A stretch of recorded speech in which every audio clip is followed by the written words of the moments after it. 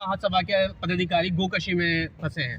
देखिए, मैं आपको बता दूं कि उत्तर प्रदेश के अंदर रामनवमी के मौके पर माहौल खराब करने के लिए आगरा के अंदर हिंदू महासभा के कुछ लोगों ने इस प्रकार की हरकत करी कि पहले तो इन लोगों ने गौ तस्करी करी, उसके बाद में खुद ही ये लोग थाने पहुंचते हैं। जब ये थाने पहुंचते हैं तो वहां पर खुलासा ये होता है कि इसमें हिंदू महासभा के लोग लिप्त हैं और मुख्य आरोपी हिंदू महासभा के प्रवक्ता हैं, जिसमें अमर उजाला एक खबर छापते हुए लिखता है कि रिजवान और सानू नाम के युवक को फंसाने के लिए यह साजिश हिंदू महासभा के द्वारा की गई। आप सोच लीजिए कि ये लोग इस देश में कितनी नफरत पैदा करना चाहते हैं। ये चाहते हैं कि हिंदू और मुसलमान सड़क पर उतरकर एक दूसरे का गला काटे, और गला कब काटेगा? जब ये लोग इस प्रकार की खबरें दिखाएंगे। ये लोग देश का, समाज का माहौल खराब करने का काम करते हैं। जिस प्रकार से आपके सामने एक खबर अमर उजाला की है और तमाम वेबसाइटों ने इस खबर को छापा है, मैं आपको बता दूं, रामनवमी के पावन पर्व पर उत्तर प्रदेश का माहौल बिगाड़ने की कोशिश की जा रही थी, क्योंकि आने वाले वक्त में कर्नाटक का चुनाव है। ये लोग चाहते हैं कि अपनी चुनावी रोटियां सेकें, और ये लोग इसमें इन दो युवकों को फंसवाते। अगर पुलिस इस बात का खुलासा नहीं करती तो जो ये दो युवक हैं, जिसका नाम, एक का नाम रिजवान है और दूसरे का नाम सानू है, ये बिचारों के ऊपर NSA लग जाती, इनके ऊपर तमाम UAPA लग जाता और तमाम धाराओं में मुकदमा दर्ज हो जाता। और ये भी हो सकता था कि मॉब लिंचिंग के कारण इन बिचारों की जान भी जा सकती थी। वो तो पुलिस ने खुलासा किया, पुलिस मौके पे पहुंचती है और उसके बाद पता ये चलता है कि ये सारी साजिश हिंदू महासभा के लोगों की थी। आप सोच लीजिए कितनी कायराना ये हरकत है, कितनी शर्मसार ये हरकत है। देश के हिंदुओं को आज जागने की जरूरत है कि सिर्फ और सिर्फ ये लोग हिंदू और मुसलमान को लड़ाने का प्रयास कर रहे हैं। 2024 के चुनाव आ रहे हैं, इसलिए किया जा रहा है क्या? ये जगह जगह सिर्फ जो बयान दिए जा रहे हैं, कोई कहता है कि अजान से उसके सर में दर्द हो रहा है, कोई कहता है कि भैया मुसलमानों से अपनी बेटियों को बताए, कोई कहता है कि लव जिहाद का मुद्दा चल रहा है। ये लोगों के पास में न शिक्षा का मुद्दा है, न स्वास्थ्य का, न बेरोजगारी का, न महंगाइयों का। एक बीजेपी का नेता जो 24 घंटे टीवी पर बैठकर भौं भौं करने का काम करता है, वो भौं भौं करने वाला नेता अपनी पार्टी के नेता के लिए नहीं बोलता। जब इनका नेता विधानसभा के अंदर पॉर्न वीडियो देखते हुए पकड़ा जाता है, इनकी पार्टी का नेता तब नहीं बोलता जब आगरा के अंदर हिंदू महासभा का प्रवक्ता गौ तस्करी के मामले में पकड़ाता है। पहले खुद ही गौ हत्या करते हैं, गौ तस्करी करते हैं, और उसके बाद मुसलमान को फंसाने की साजिश की जाती है ताकि देश का माहौल खराब किया जाए। क्योंकि जितना इस देश का माहौल खराब होगा उतना बीजेपी को वोट ज्यादा पड़ेगा। बीजेपी अपने वोट के फायदे के लिए हिंदू भाई और मुसलमान भाइयों का गला कटवाती है। मैं बता दूं आपको सीधे तौर पर। जनता वोट के इसी नाम पे दे रही है, मोदी जी के एक नाम बात आप मुझे बताइए। नहीं, मैं मोदी के नाम पर तो कोई 10 रुपए उधार ना दे। आप क्या बात कर रहे हैं? तो आप चले जाइए और दुकानदार को बोल दीजिए कि भैया नरेंद्र मोदी कल पैसे ले जाएंगे, मुझे दे दो 1 किलो आटा या 1 किलो चीनी, अगर दे दे तो बात रही। कोई नरेंद्र मोदी के नाम पे आपको 10 रुपए ना दे, कोई बस का फ्री में टिकट ना दे, आप नरेंद्र मोदी के नाम पर वोट की बात कर रहे हैं। ये लोग अभी कल मैं देख रहा, परसों तो मैं देख रहा कि परिवहन मंत्री एक रोड के लिए गए हैं, वहां पर रोड देखने के लिए, रोड बनना है। अरे एक बात आप मुझे बताओ, जब परिवहन मंत्री को ये नहीं पता कि भैया रोड में कितने mm का सरिया डलता है, कितने उसमें सीमेंट लगता है, कितने उसका सीमेंट लगता है, कितना बदरपुर जाएगा, जब उसको ये जानकारी नहीं है तो वो निरीक्षण करके कर क्या लिया उसने? ये बताइए ना आप मुझे। इस देश में कोई मुझे बड़े बन रहे हैं, ऐसी बन गए। अरे सब हाईवे घोटाले की जगह हैं। जितने हाईवे बन रहे हैं, जितने बड़े बड़े प्रोजेक्ट बन रहे हैं, ये पीछे होटल देख रहे हैं 5 स्टार होटल, क्या ये किसी मौलाना का या पंडित का है? सारे के सारे बीजेपी के नेताओं के होंगे, नहीं तो मारवाड़ी लोगों के होंगे, बनिए लोगों के होंगे। देश को लूट कौन रहा है भैया? देश को लूट कौन रहा है? बीजेपी के बड़े बड़े नेता और मंत्री लूट रहे हैं। और कौन लूट रहा है देश को? ये अडानी साहब। एक बात आप मुझे बताइए, अडानी के ऊपर ऐसे करके ढाल बन गए हैं। भाजपा के लिए मैं आपको बता दूं, भाजपा के लिए श्री राम जो हैं वो अडानी हैं, और भाजपा के हनुमान जो हैं वो भाजपा के तमाम लोग हैं।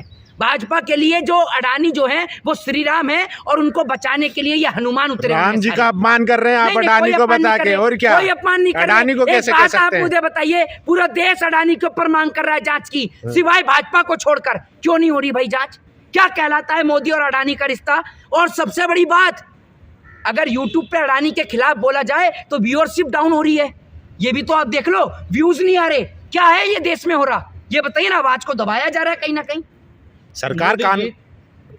सरकार कानून लाइए, जो फेक अफवाह फैलाएगा, खबरें फैलाएगा झूठ, इस पर कार्रवाई की जाएगी। हाँ अभी सरकार कानून लेके आई है ना, तो अभी सरकार और ये जो बीजेपी के जो प्रवक्ता हैं, ये जो पत्रकार बीजेपी के जो हैं, ये बौखला क्यों रहे हैं? जब उसके ऊपर मनीष कश्यप के ऊपर एनएसए लग गया तो काहे बौखला रहे हैं? क्यों इतनी मिर्ची लग रही है? क्यों इतनी मिसमिसाहट लग रही है? तब तो आप नहीं बोले जब मध्य प्रदेश में पत्रकारों को नंगा कर दिया गया। एक देश का बिका हुआ पत्रकार देश के अंदर सबसे ज्यादा देश को गुलाम बनाने का काम कर रहा है। ये बिका हुआ पत्रकार सिर्फ इस देश को बदनाम करने की साजिश कर रहा है। 24 घंटे मोदी जी क्या खाते हैं, क्या पहनते हैं, क्या ओढ़ते हैं, कब सोते हैं, कब जागते हैं, सारा डाटा इनको पता है। लेकिन देश में महंगाई के बारे में कोई चर्चा नहीं। अभी आगरा की इतनी बड़ी खबर है कि इसमें हिंदू मुसलमान का दंगा हो जाता, पूरा आगरा जल के राख हो जाता। इतनी बड़ी खबर है, बीजेपी का एक प्रवक्ता वो तो लापता हो गया। वो जो आता है ना टीवी पर, नहीं अंजना जी, नहीं अंजना जी एक मिनट सुनिए, मोदी जी सबके प्रधानमंत्री, नहीं अंजना जी सुनिए, वो तो लापता है। और कुछ लोग तो सुन लीजिए, और जब से डिग्री की जांच निकलनी शुरू हुई है तब से तो भैया ऐसा हुआ है कि कुछ लोग ऐसे हैं जिन्होंने अपने नाम के आगे से डॉक्टर भी हटा लिया। मुझे बोलने की जरूरत नहीं है, सबको पता है, क्योंकि आप सबकी फर्जी डिग्रियां सामने आ रही हैं। अब ये डिग्री जो है, सुन लीजिए, एंटायर पॉलिटिकल साइंस, हाँ मैं बता रहा हूँ, मैं आपको बताता हूँ, अभी करता हूँ मैं डिग्री का खुलासा। ये डिग्री में 24 घंटे अपनी जेब में लेके घूमता हूँ, देश के प्रत्येक नागरिक को इस डिग्री का खुलासा करना दिखाता हूँ मैं। ये जो आप देख रहे हैं इसको बोलते हैं फॉन्ट। ये 1998 में अस्तित्व में आया, जबकि नरेंद्र मोदी ने 1992 में अस्तित्व में आया, जबकि नरेंद्र मोदी जी ने 1978 के अंदर एंटायर पॉलिटिकल साइंस से एमए किया। तो एक बात आप मुझे बताइए, जो चीज 1992 में बनी वो 1978 की डिग्री पे कैसे आ गई? पहला सवाल। दूसरी बात, ये एंटायर पॉलिटिकल साइंस नाम का कोई सब्जेक्ट है ही नहीं। तीसरा सबसे बड़ा सवाल तो ये खड़ा होता है कि जिस वक्त नरेंद्र मोदी ने डिग्री हासिल करी, उस टाइम पे डिग्रियां हाथ से लिखी जाती थी। मेरी मदर की, मेरे फादर की भी डिग्री है उस टाइम की, मैं आपको लाके भी दिखा सकता हूँ। उस टाइम पे डिग्रियां हाथ से लिखी जाती थी, तो ये कंप्यूटराइज डिग्री आई कहाँ से? सबसे बड़ा सवाल। काम देखो ना उनके कितने बड़े बड़े काम, बहुत बड़े बड़े काम है जनाब। सुबह से शाम हो जाएगी, मोदी जी के इतने बड़े बड़े ऐतिहासिक काम हैं। मोदी जी अडानी को बचाने में लगे हुए हैं, मोदी जी दिन में 10 बार कपड़े बदलने में लगे हैं, मोदी जी एयरपोर्ट की भी नीलामी करवाने में लग रहे हैं, BSNL बिकवा रहे हैं, रेलवे के लिए कस्टमर पकड़ कर ला रहे हैं, कोई रेलवे खरीद लो। अरे मोदी जी एक आध कस्टमर इस शौचालय के लिए भी तो पकड़ लाओ, जो शौचालय आपने बनाए हैं या जो पिछली सरकारों ने बनाए उसी को बेचोगे? अपना बनाए वो कुछ सामान तो बेच लो, उसको नहीं बेचोगे। चाय भी जिनपिंग मोदी जी के स्टाइल में पी रहा, देखा नहीं कल पूरे इनके साथ वाले, सुन लीजिए, अरे इनके साथ वाले जितने भी हैं ना, अभी आपको पता ही है, इनका एक साथी था हाउडी मोदी, जिससे चला रहा था कार्यक्रम। अब की बार ट्रंप सरकार का कार्यक्रम करा रहा था। ट्रंप काय में अंदर बंद हुआ है, आपको पता नहीं है? नरेंद्र मोदी जी का तो दोस्त था, जिगरी यार। कहाँ है वो जिगरी यार? आज काय में बंद हुआ है डोनाल्ड ट्रंप? जरा कोई बताए तो कोई, जरा ट्रंप किस मामले में बंद हुआ है? बताएंगे मोदी जी? एक बार मिलने के लिए चले तो जाएं, पराठे बनवा कर ले जाएं और जेल में पराठे तो खिला दें कम से कम अपने यार को, जिसके लिए कार्यक्रम करा रहे थे आप। दोस्त को भी फंसाया गया है। हाउडी मोदी, देश के पैसे में लंका लगा दी। Howdy Modi, Donald Trump. अब की बार ट्रंप सरकार, पहली बार देश में हमने देखा कि चुनाव अमेरिका में हो रहे हैं, प्रचार हिंदुस्तान में हो रहा है। क्या गजब का खेल है! ये देश का पैसा किसी के बाप का नहीं है। हमारे देश में लाखों करोड़ों लोग भूख से ग्रसित हैं, लोग भूखे पेट सोने को मजबूर हैं। देश की 80 करोड़ जनता सरकार के राशन के ऊपर जिंदा है, और सरकारी पैसे में आप आग लगा रहे हो। आपके बाप का पैसा है ये, है? कोई बताएगा देश के प्रधानमंत्री का काम क्या है? एक डॉक्टर अस्पताल में इलाज करता है, एक इंजीनियर रोड बनाता है, ठीक है, देश की सरहद की हिफाजत करने के लिए आर्मी ऑफिसर है, खेत में अनाज पैदा करने के लिए किसान है। तो नेता और मंत्री क्या कर रहे हैं? इन कुर्ते वालों ने देश को बेच दिया। ये 10 लाख के सूट वाले देश की नीलामी करने को तुले हुए हैं। मैं कहता हूँ कि अब सुन लीजिए, ये कहते हैं कपड़ों से पहचानो। अरे कपड़ों से पहचानो तो कपड़ों में तो सबसे बड़े बहरूपिया आप ही हैं। ये आप मुझे, ये इतना तगड़ा झूठ बोलते हैं। बताइए, कोई दुकान की बाप का? यूं कह रहे हैं कि मैं पूरी बाजू का कुर्ता पहनता था, मैंने 40 साल भीख मांगी, कुर्ता धोने में ज़्यादा समय जाता था, ठीक है, तो मैंने उसकी बाजू ही काट दी। बताओ यार, ये क्या तुक है? मतलब कुर्ता धोने में ज़्यादा समय? अरे भीख ही तो मांगते थे तुम। भीख मांगने का भी कोई टाइम होता है क्या? आप मुझे बताओ, भीख मांगने का कोई टाइम है? सरकारी नौकरी करते, जिस टाइम पे आदमी 8वीं पास करके सरकारी नौकरी ले लेता था, ये विश्व का 8वां अजूबा है। भाई जो आप उनकी entire गरीबी का भी political मजाक science में- उड़ाते सुन हो। लीजिए, जो एंटायर पॉलिटिकल साइंस में MA करने के बाद भी कोई रोजगार हासिल नहीं कर पाया। इतनी गजब की बात है। मोहित शर्मा, तो अगर रोजगार ये की जरूरत नहीं थी ना, फकीर आदमी था वो। हाँ, ये फकीर आदमी आज देश को फकीर बनाने चला है। आप एक बात मुझे बताइए, अगर फकीर आदमी था तो आज काहे 10 लाख का सूट पहनते हो बाबूजी? ये तो बताओ आप मुझे। और मैं आपको बताऊं, एक फिल्म आई थी, आपने देखा होगा, राजा बाबू, जिसमें गोविंदा जो है कभी पुलिस का गेटअप ले लेता है, कभी डॉक्टर का गेटअप ले लेता है। ये सेम गोविंदा को फेल कर देते हैं।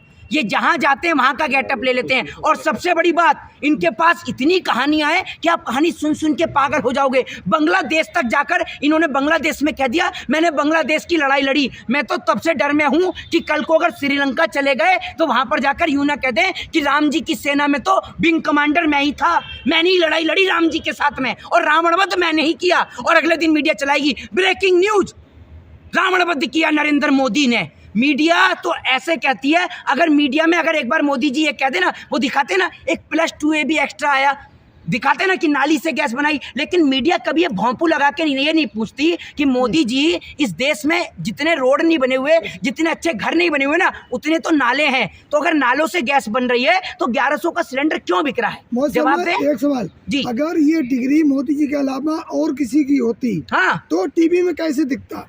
अगर ये डिग्री किसी और की होती तो मैं आपको बता दूं, जवाब दें कांग्रेस के प्रवक्ता, जवाब दें।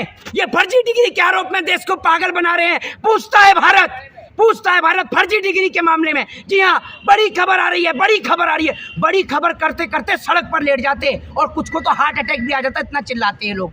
मैं आपको बता दूं, एक नेता थे कांग्रेस के, ठीक है, जिन्हों को मैं आपको बता दूं, ये कोर्ट ने एक जजमेंट दिया था जिसमें एल नागेश्वर की एक बेंच ने एक फैसला सुनाते हुए ये कहा था कि अगर कोई भी जनता का प्रतिनिधि जनता से अपनी शिक्षा को छुपाने का काम करता है, और हर एक प्रतिनिधि को जानने का हक और अधिकार है कि उसका प्रतिनिधि कितना पढ़ा लिखा है, तो अगर मुख्यमंत्री अरविंद केजरीवाल ने ये पूछ लिया कि मोदी जी कितने पढ़े लिखे हैं, तो क्या गलत कर दिया? बताइए आप मुझे। तो कोर्ट ने लगा तो दिया फाइन। मेरी बात तो सुनिए, क्यों लगाया है? मैं कोर्ट के जजमेंट के अनुसार ही कोर्ट से पूछना चाहता हूं कि भाई, आपको मैं बता दूं कि जस्टिस एल नागेश्वर की बेंच में, आपको बताता हूं, जस्टिस एल नागेश्वर की बेंच ने एक ऐतिहासिक फैसला सुनाया। उस फैसले को सुनाते हुए जस्टिस बोलते हैं कि हर एक प्रतिनिधि को जानने का हक और अधिकार है कि उनका प्रतिनिधि कितना पढ़ा लिखा है। तो उसके बावजूद भी अगर कोर्ट इनके ऊपर जुर्माना लगाता है तो मैं मानता हूं कि सरासर गलत है। और मैं आपको बता देता हूं, कोर्ट के ऊपर सवाल उठा रहे हैं। अरे मैं कोर्ट के ऊपर सवाल नहीं उठा रहा हूं, कोर्ट के अकॉर्डिंग ही बताऊंगा। मैं खुद एक वकालत का छात्र हूं, मुझे पता है कि क्या बात कहनी है और क्या नहीं कहनी है। मैं आपको बताता हूं, साल 2016 में AR देव और जस्टिस एल नागेश्वर की बेंच ने एक फैसला सुनाया था। उन्होंने कहा था, पूरा फैसला सुनिएगा, उन्होंने कहा था कि हर एक प्रतिनिधि को यह जानने का हक और अधिकार है कि उनका प्रतिनिधि कितना पढ़ा लिखा है, और अगर वह जनता से अपनी डिग्री छिपाएगा, शिक्षा को छिपाएगा या गलत बताएगा तो उसकी उम्मीदवारी भी रद्द की जा सकती है। मैं आपको बता दूं, जिसके तहत इसी क्रम में अदालत ने मणिपुर के कांग्रेस के एक MLA पृथ्वीराज की सदस्यता को रद्द करने का काम किया था। तो आप एक बात मुझे बताइए, नरेंद्र मोदी की सदस्यता क्यों नहीं रद्द होती है? मैं पूछना चाहता हूँ।